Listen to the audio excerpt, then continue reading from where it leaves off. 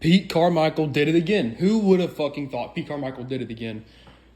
Last week, I was finally able to have a non-rant episode about the Saints. But guess what? We're right back to where we fucking were.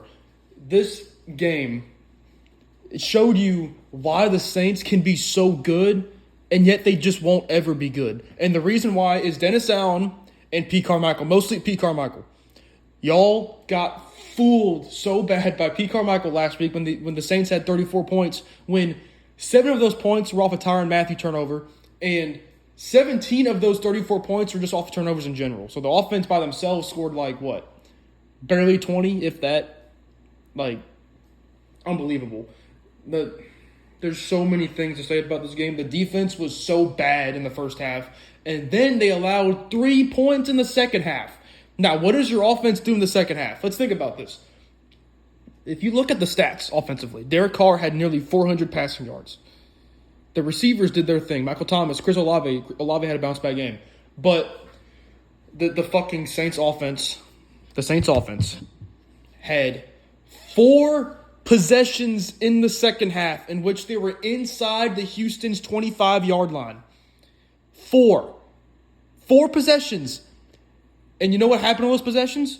Kicked a field goal, missed a field goal, turnover on downs. You scored 3 fucking points out of a potential 28. If you get inside the 25-yard line 4 times, you can score 20 points. You can score a maximum of 28 points. If you get in the red zone 4 times, score 2 touchdowns. That is unbelievable. Not to mention, at the end of the game, after you had been in the red zone 3 straight times, and you couldn't fucking score, okay, you have 1st and 10, I believe at the Houston's 25-yard line, with a timeout and 1 minute and 30 seconds left. The Houston Texans run the same fucking defensive play 4 straight times. They send 6 or 7 at you, 6 or 7 man blitzes, man across the board, every single play out of those 4 plays.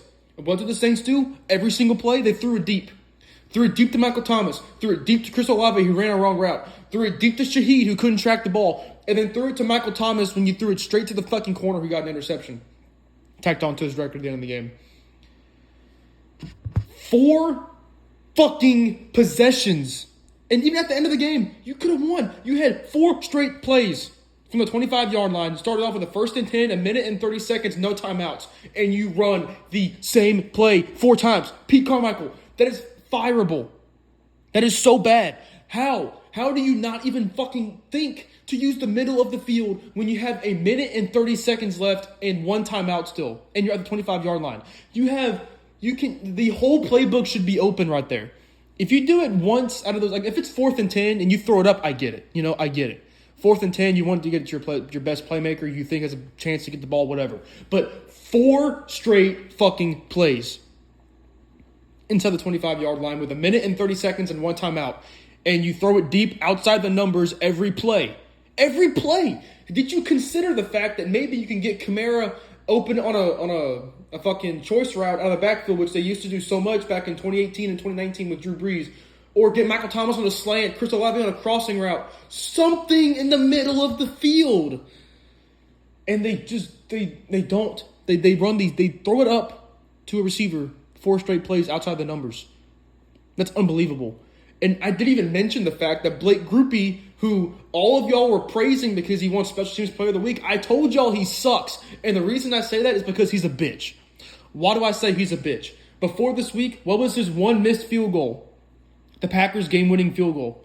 He missed that. And when that's the one, when those are the field goals you can't make, the ones that matter, the ones under pressure, that's how I know you're a bitch. And you shouldn't be an NFL kicker if you can't make pressure field goals. And those field goals he missed in this game were big. He missed one in the first quarter. He missed a chip shot 29-yard field goal in the fourth quarter that would have. And I didn't even mention the fact that it felt like we lost the game right away because we forced C.J. Stroud's first ever NFL interception. He had not thrown a pick before this game. Zach Bond forced an interception, and he fumbled, giving the Texans the ball right back. That's unbelievable. And what did the Texans do that drive? They scored a touchdown. Just like that. And, you missed a field goal in the first quarter, too. Right there, it's like a 10 or 13-point swing right off the bat. It's already hard to win a game like that. This is unbelievable. In the first half, the Saints didn't run the ball at all. Alvin Kamara had a great game. You know, you look at his stats, maybe they didn't look fantastic, but every single play, especially in the second half, he was breaking tackles. He was getting yards after contact. He just wouldn't go down. And Kamara is doing his job. Olave, like I said, had a bounce-back game. Michael Thomas didn't too much, but he's not being put in favorable positions. All the balls they were throwing to Michael Thomas today were just fucking balls. They weren't throwing him like, you got to use him the way he's meant to be used. Curl routes, crossing routes. When Michael Thomas was at his peak in 2019, what he did, people called him slant boy, but that's not what he made his mark on. What he made his mark on was deep crossing routes that went 10 or 15 yards, get the first down. Curl routes to get the first down. Just a chain mover, dig routes, out routes, stuff like that to get you first downs, to move the chains. They won't use him like that, and I don't know why. In that situation at the end of the game when you had 4 straight plays and they sent 7-man blitzes on every single one of them, you know what you really could have used right there when Michael Thomas is man-to-man against a corner? A curl route, a slant route, a dig route, a quick route that can get you 5 to 10 yards and eventually get you closer to the end zone, in which you can actually run plays at the goal line that aren't fucking plays. Like you can run with Taysom Hill, you can run with Kamara, because you had time to do stuff like that and they just didn't. Now, obviously, what I'm most angry about is the fact that we had 4 straight plays inside the 25-yard line at the end of the game, and we ran the same play against the same defense. But this game, you should have won. We should have won. We trailed the whole game, but we should have won this game. This was the game the Saints should have won. The Saints had about 450 or more total yards of offense. If you look at the offensive yards, the Saints that was the best game offensively. They moved the ball in the second half like it was nothing. Rashid Shaheed had one of the best catches I've ever seen on either the last drive or the second to last drive, when Derek Carr underthrew him by like 10 yards and Shaheed came back to it and just mossed the fuck out of the corner. Great catch, Shaheed. But it's unbelievable. You have so many weapons in the red zone and you can't utilize it. Zach Bond better be running laps or get cut. Blake Grupe, I don't know if you cut him because you're probably not going to get a better kicker, but you fucked up at kicker. You should have kept Will Lutz. I know Will Lutz isn't great, but you know Will Lutz did. You know what he did do in his time with the Saints? He made clutch field goals. He almost made you a 61-yarder to win the game in London last year. He made a 60-yarder in that game, too. Blake Grupe folds under pressure, and he showed you it's not just the long-range kicks he misses. He missed a 29-yarder today. He's a bitch. He misses field goals under pressure. It's unreal. I haven't even looked at any stats this game. This is just going off what I know. But there's nothing else to say. The Saints should have won this game. The defense did their thing in the second half. They did. They held the Texans to 3 points offensively. The Saints had 4 possessions inside the Houston 25-yard line, and they scored 3 total points. It's unbelievable. That's unbelievable. And now you have a short week. You're at home, but you got to play Jacksonville, who's really good. I think they just beat the shit out of the Colts.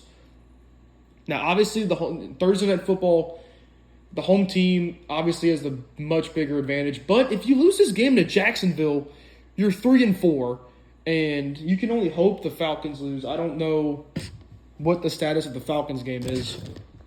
I think last time I checked, they were losing to the Commanders. The Bucs play the Lions later this afternoon, so hopefully we need the Bucs to lose that game. But we also need the Falcons to lose. I'm about to turn on NFL Red Zone to see what the other scores were. I don't know right now. I think the Falcons lost, but I'm not entirely sure because I just finished watching the game and I'm recording this now. Giving you all my first thoughts about the game. That's bad. The Saints fall to 3-3. They should be 4-2. They should be 5-1 because the Packers game too. This is already 2 games that you let get away. And when it comes to making the playoffs or winning the division, these are the games you look back at. The Packers game and not the Bucs game.